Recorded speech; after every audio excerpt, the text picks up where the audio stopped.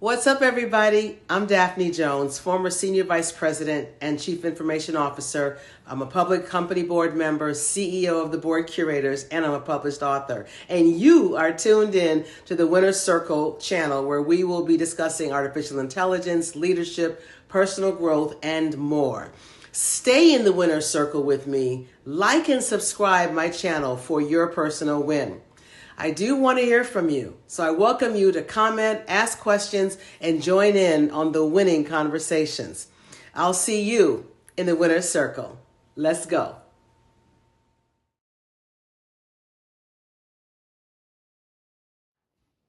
Hello, everyone, and welcome back to my Winner's Circle channel, where I will share my perspectives and experiences in leadership, technology, your personal development, and more. Last time I shared with you that there are 3 steps to leading organizational change. Remember those? First, you got to inspire the organization, then you have to engage them, and then you got to sustain the change. And I talked about inspire in the last video. Before we tackle the second topic of engaging the organization, I think I will discuss about professional and personal readiness and courage that's required for you to lead change. Sun Tzu, the famous leader who wrote the book The Art of War, said that a victorious warrior wins first and then goes to battle. But a losing warrior goes to battle first and hopes to win. What's the difference? When you have a mindset of confidence, preparation, and study, the victorious warrior understands the larger context of the task at hand, studies it, and then draws conclusions on the enemy, the task at hand, the weaknesses, what they're hungry for, etc. So you also have to do the things required to be a victorious warrior. Don't step a foot on this battlefield and change without understanding some things. There are some questions that you should be pondering and contemplating as a leader for you to get ready to help the organization win. Those questions are on the screen, and you'll need to have clarity on these before you move. Or if you don't have clarity, you need to go back and get clear so that all the players and all the activities are going to be ready for what's about to happen. You've got to know what kind of change you're about to embark on. Every change is different, remember, and the characteristics of each change can also be different. Number 1 that comes to my mind is, who does this change even report to? Does it report to you? Who do you report to? And whoever you report to, are they supportive of this change, or is it coming up from higher than them? Do not get tripped up by those folks who may not be with you. Know who your allies are and versus your holdouts. And you want to make sure that you have commitment from all of those people that matter at the upper levels of the organization. Do you know what success looks like? Are you clear on how you're going to be measured? How will the change be measured? So you want to ensure that you review the accountabilities of the leaders ahead of time. They need to know what's expected of them and what's coming. Remember, your job is to drive impact and outcomes. You're going to be impacting the culture, the engagement, the capabilities of the organization, and always link change to that impact. Whether you're speaking to senior leaders or to the organization at large or the change team, let them see the relationship of the change program and the impact you seek to enable. Your job is also to drive outcomes, financials, EBITDA, market share, etc. Again, link change to those outcomes all the time. You are doing this change for a reason. It's to better the organization and to improve the outcomes of this company. So never, ever settle for less than complete understanding. Be clear and understand what you need to drive a home run, and then go to battle.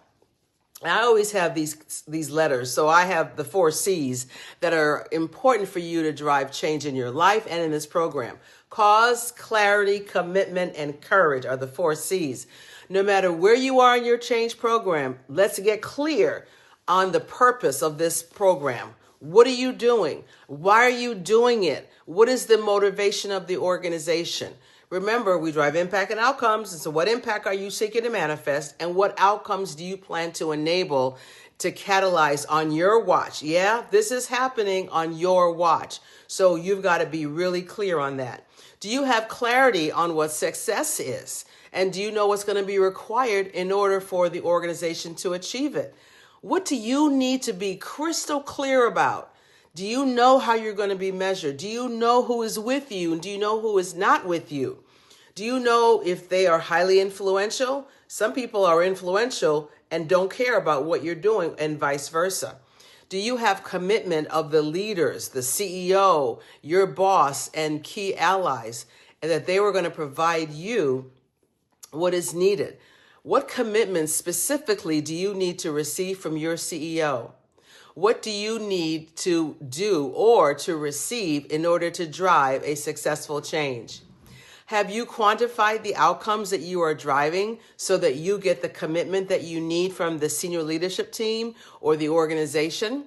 Will the leadership team commit to facing those sacred and untouchable practices of the past? Are they aware that some practices, if not addressed during this change, may impact the outcomes you're trying to drive? There are three kinds of trust that are going to be on display: your intention, your word, and your capability. They're all going to be on display, and you need to show up with them. And if you mess up, you got to fess up. And that's where integrity will show itself. And then courage. This may be a glass cliff moment for you. What do you need to conjure up to make it through? Where will you get your support to ensure that you have the courage to push through this tough time? Mentors, sponsors, accountability buddies, etc. need to be with you. If many of those questions, the answer is no, you're going to need to search and find what you have to do to make them a yes. I have been there. I have gone to battle without being prepared to win. I didn't know the questions that I should be asking. And I think I'm going to share some of those battles that I have not done so well in on the Winner's Circle perspectives in the future. After all, sometimes they say that facts tell, but stories really sell the point. So I'm going to make sure and share those with you guys. So I would like for you all to remember to get in and stay in the Winner's Circle. And I want to help you to win in your business, in your life, and everything that you do. Until the next time, I'll see you guys later in the Winner's Circle.